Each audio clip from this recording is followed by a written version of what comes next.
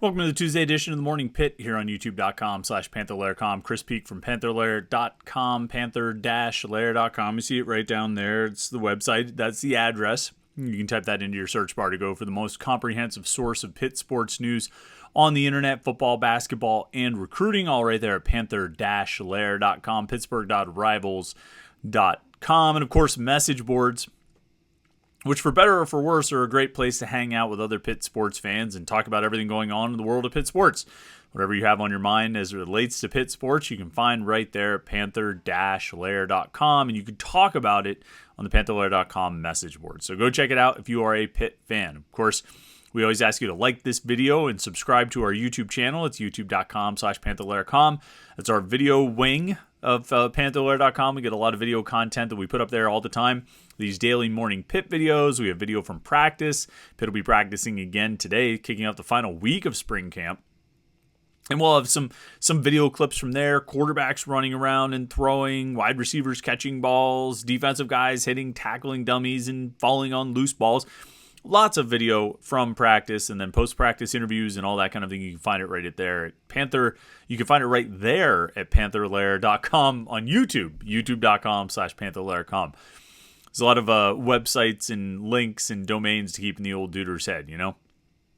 So make sure you do that. Like this video and subscribe, youtube.com/Panther-Lair.com. And like I said, this is the final week of spring camp. It starts today. There's today's practice. They practice again on Thursday, and then they'll have the spring game on Saturday at Acrisure Stadium, 1 o'clock kickoff for that one.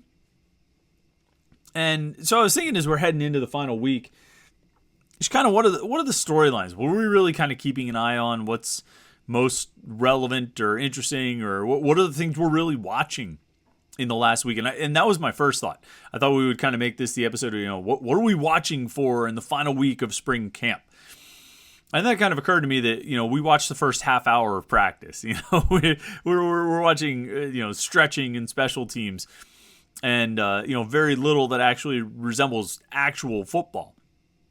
So there's not a lot that we're watching for in spring camp, but there are definitely things that we're interested in, definitely things that we'll be talking about, and definitely storylines that have emerged over the course of the first, 4 weeks of spring camp. The first, today is practice number 13. So over the first 12 practices of spring camp, there are plenty of things that have emerged as prominent storylines and some more interesting than others. And so I thought that was what we could talk about today. Like, what are the most interesting storylines, most notable storylines heading into the final week of camp? And for lack of a better way of putting it, what are we watching for in the final week of camp? And I don't want to start with the quarterback because it just feels too obvious. It seems like of course we're all watching for the quarterback. Of course we're all going to be keeping an eye on the quarterback, and we're all going to keep talking about the quarterback. So I will talk about the quarterback in a little bit, and probably a lot over the course of the next, April, the next 5 months or so. But I'll tell you one of the interesting storylines that's emerged. And we've talked about this before. I know I've talked about it on the Morning Pitt. I know I've written about it on Panther-Lair.com. Ryan Baer and Ryan Baer's emergence as a redshirt freshman offensive lineman and how he has pushed his way into the top group of offensive linemen on this team through spring camp, through 12 practices, or at least through 11 heading into the last practice we watched. He had pretty clearly pushed himself up near the top. And it's remarkable because I think coming into spring camp, we talked about the top guys. There were main guys that we were going to, that were potentially going to be the starters this year. And I think when we penciled in the start of spring camp first team offensive line, it was, Matt Gonsalves at right tackle and Blake Zabovic at right guard and Jake Cradle at center and Ryan Jacoby at left guard and Branson Taylor at left tackle. That was the group, and the right side has more or less held intact. And you looked at that group and it was a lot of returning starters. It was, Gonsalves coming back after starting every game last year, and Zabovic coming back after starting a bunch of games following Owen Drexel's injury, which caused Jake Cradle to move from right guard to center, and he started every game last year. Jacoby played in a ton of games last year, mostly at tight end, but he still played in every game, I think. And then Taylor ended up starting a bunch of games when Carter Warren and Gabe Hoy were out. So you had effectively 4 returning starters in Taylor, Cradles, Bovic, and Gonsalves, and a 5th guy who had played a lot. And then you had this, redshirt freshman, this, mammoth, beast of a man. He's a giant dude, Ryan Baer is. He got on the field a little bit last year, killed a couple guys in the middle. I shouldn't say killed. That's not really funny anymore, but demolished some opponents during his limited snaps. And you said, well, he's lurking sort of right on the outside as, your first tackle off the bench and potentially even your first guard off the bench, that he might be too good to keep off the field and he might just be the top reserve at every position other than center. And so, I think when I talked about that or when I said those things, it was like, as a way of saying that this offensive line should be in pretty good shape heading into 2023. But what's developed, and one of the more interesting storylines I think over the course of the last 12 practices, is that not only is Jacoby positioning himself as the first lineman off the bench at every position other than center, he's pushing to not be working off the bench at all. And we've seen him taking snaps at first team left tackle. We've seen him taking snaps at first team left guard. And it almost feels like there's kind of a 3-way battle right now with Branson Taylor, Ryan Jacoby, and Ryan Baer. And whoever the 2 best guys are the 2 that are going to play. And if it's Taylor and Jacoby, well, that's your left tackle and your left guard respectively. If it's Taylor and Baer, that's your left tackle and your left guard respectively. And if it's Baer and Jacoby, that's your left tackle and left guard respectively.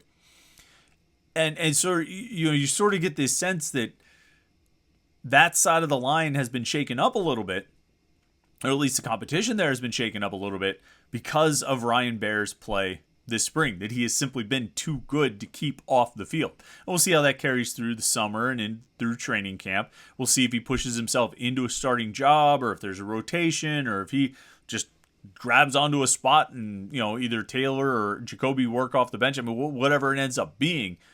But Ryan Baer's emergence as a redshirt freshman, a guy who enrolled last January. He enrolled early, but he's only been on campus for a year.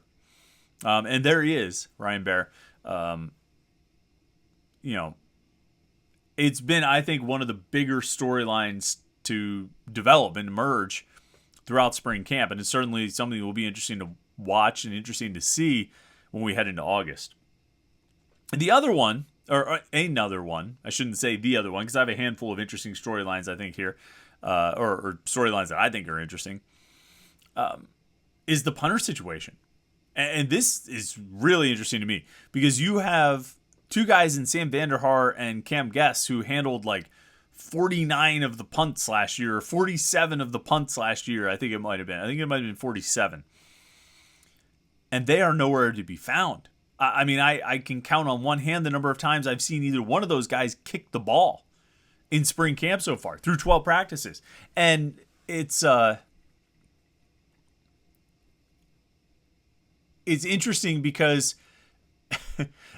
I joke about what little we actually see of practice, how we get these open media windows at the very beginning of practice. It's 4 or 5 periods, and one of those periods is stretching, and one of those periods is, Pat Narduzzi giving a pep talk to the team. I mean, there's very little that you actually see. But one of the drills we do consistently see, one of the things that most closely resembles actual football, where there are 22 players on the field at the same time doing something together, and a football actually goes in the air, either on the snap or the kick, is punt drills. And some of them are punt coverage drills. Some of them are punt team drills. Some of them are punt block or punt return drills. But they're actual punt drills. It's one of the few things we actually see. And so you look at this and you watch these drills and you're saying, where are the guys who punted all of last year? Because there's Caleb Junko. He punted like 12 times or something. Cam Guest punted about the same. And then Vanderhaar had like 30-some punts last year. Now Vanderhaar and Guest are just not getting any work at all. I mean, from what I've seen, and I'm not exaggerating when I say I can count on one hand the number of times that I've seen those guys punt in spring camp so far. But they're getting virtually no work, while Caleb Junko And Jeff Yerk, who transferred in from Elon, seemed to be getting all the work. And they're punting well. It was one thing, I actually wrote about it a lot last year during training camp. I wrote about Sam Vanderhaar, whether it was they were working on specific drills or not, the ball didn't exactly travel real high or real far during practice. And certainly there were some adventures on the punt team last year during the season as well. Junko and Yerk they can boom the ball. There's no question about it. They can kick it high and they can kick it long. Those guys are regularly putting it into the ceiling up in the rafters of the indoor facility in the South Side, which, is the kind of thing we used to see guys like Adam Gressel and Ryan Winslow do all the time, but didn't really see it last year. Well, now you have two guys in Junko and Yerk who are doing it pretty consistently. Now it kind of ruins the drills a little bit. It makes it a little bit tough to simulate or run drills of punt return or punt coverage or whatever it is when you punt the ball into the ceiling. There's not much for the returner to catch because it kind of just bounces off the rafters. So when they've gone outside for practice, they've been able to do a little bit more with it. But it's interesting that it sort of feels like a wholesale change at the punter position. Vanderhaar is the only one of those guys who's on scholarship. You wonder if maybe that will change. Not necessarily him coming off of scholarship, but maybe if one of the other punters wins the job, they might end up on scholarship. But it's interesting to, like I say, see sort of a wholesale change there where the guys who were doing the job last year are seemingly no longer doing the job. And I think that's been, again, one of the more interesting stories to develop out of spring camp so far this year.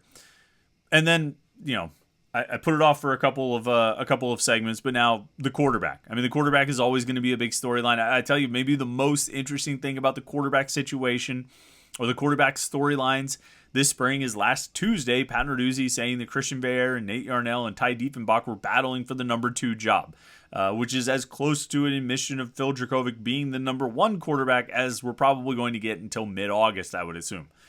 Pat Narduzzi has no interest in naming a starting quarterback, but he certainly seemed to do it last week. And it was funny, he did that on Tuesday. He made those comments that he said Bear and Yarnell and Diefenbach were battling for the number 2 job. And I kind of wondered if on Thursday when he talked to us, he would try to make an effort to walk that back. And he didn't, actually. He didn't say anything about it. That didn't come up in conversation whatsoever. So I was a little surprised that he didn't try to address that because we all sort of wrote it as Narduzzi names a starting quarterback, which he basically did. He named one without naming one. No surprises that it ends up being Phil Dracovic.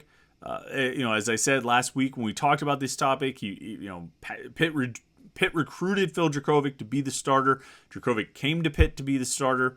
I don't think he was handed the job without earning it, but I think by all accounts and everything I've heard, he's done the job. He's earned it. He's shown that he can command the offense, that he can run the offense and move it down the field. Some people I've talked to say that he's throwing the ball as well as he has in years, and just seems to be generally having a really good spring camp. It's interesting to me that we've heard, I think, what have they had? 2 scrimmages now, I think. And Dracovic really hasn't gotten that much work. That they're pleased with how he's done in practice, that he's been good in practice and good enough that they haven't felt the need to really stretch him out all that much in scrimmages, and they've been using the scrimmages to get more of a look at Ver and Yarnell and Diefenbach. And those guys have had mixed success. Like I've said about Bear from the beginning, he throws the ball as well as anybody as I've seen at Pitt in a long time. He's just a really, really strong passer. Good arm talent, right? That's that phrase we keep coming back to. But needs to master the offense, needs to improve accuracy and that kind of thing. But he's got a year to work on that. And this is how the whole plan was supposed to come together. The whole plan was supposed to come together with Phil Dracovic being the starting quarterback for this year and be, serve as sort of a bridge year to get to Ver next year because he's got a couple of years of eligibility. So he spends this year learning the offense, learning from Dracovic, learning Frank Signetti and all that stuff, getting comfortable with everything at Pitt. And then he takes over the starting job in 2024 and does it for a couple years and has great success, and everybody wins, and it's all a lot of fun. That's how the plan is supposed to come together. The first step is Djokovic being the man this year, and it seems like he's well on his way to doing that. Now, we don't need to say over and over again the thing that we said over and over again last year, that the success or failure of this season will come down to the quarterback play. That's what we said all last summer, and that's ultimately what happened. Certainly 2021 served as an example of that as well, and this year will too. If Djokovic is good, Pitt will be good. Even though there are other question marks on the roster, if Djokovic is good, Pitt will be good. So Pitt needs Djokovic to be good. Linebacker depth is, I think, one of the an interesting storyline. We've written about it and talked about it, I think. We've written about it on Panther-Lair.com. We've talked about it here in the Morning Pitt from time to time. Really like the top three guys. Really think the top three guys can be really good, can make plays, can be impact players, can be really solid in the defense, with Shane Simon in the middle, Bengali Kamara at star linebacker, and Solomon DeShields at money. Love that trio. You know, those are some of my guys. You know what I mean? Like, we all have players that we just sort of believe in and we think they're going to be really good. Kanate Mumfield's on the screen right there. He's another one for me. But Bengali Kamara and Solomon DeShields, I've been talking those guys up for a couple of years now. I expected even more out of Kamara than he put up, or more than he produced last year. And he expected more out of himself. And I think a lot of people expected more out of him, coaches and players alike. But I think those guys are going to be really, really good this year. They just need some depth behind them. I mean, they're at a point right now where Braylon Lovelace, the true freshman who enrolled early after, a standout career at Leechburg, he's running like second team. And he's getting a lot of praise. He seems to be having a good camp, but it's not ideal to have a guy who just arrived on campus 3 months ago serving as a second team linebacker. You don't necessarily want that situation. You'd like to have a little more depth, but they don't have it right now, not among scholarship players. And it's Lovelace there, and it's Brandon George in the middle. And then they're looking at like walk-ons. Kyle Lewis, I think, will be pretty good. He needs to stay healthy. That was a problem for him last year, and I think he's been a little bit limited this spring as well. But and then they have more freshmen coming in. But again, you're talking about young players you're relying on. You don't have that veteran depth, that experience depth. And even if it's not experience, you'd still like to have some veterans, some guys who have been around a little bit, and they don't have that among their scholarship linebackers. And so that's another sort of storyline that's, I think, kind of emerged out there. And the last one that I find interesting, and these are by no means the only storylines. We haven't talked about the wide receivers, which is a huge position and huge giant question mark that we need to talk about, and we will, and we have. We haven't talked about the running backs or tight ends or anything like that, but I tell you, the other position that's really interesting to me is the field safety spot. And I've talked about this a few times. We've written about it. Certainly I've written about it a bunch on Panther-Lair.com. I mean, PJ O'Brien, I guess he's going by Philip O'Brien now, was expected to be the guy. Coming into this season, this spring, he was going to be the starter. He was going to take over for Eric Hallett at field safety and be the number one. And I think he's gotten a lot of work there. But Stephon Hall, the redshirt sophomore from Central Valley, is pushing him. And he might even be ahead of him. I've heard from, I think if it was the last scrimmage or maybe one of the practices, he was running first team ahead of PJ O'Brien. And that's pretty interesting to me, because Steph Hall is a guy who I think has had a lot of potential. I've been really intrigued to see what he could do. I heard a lot about him coming out of Central Valley. He was obviously very good there, and there was a lot of hype. Some people felt like he was every bit the prospect that Donovan McMillan was. They were in the same class, but McMillan ended up just being the guy who got all the publicity and the stars. But there were people who felt like Steph Hall wasn't that far behind. And now he's got an opportunity to play himself onto the field.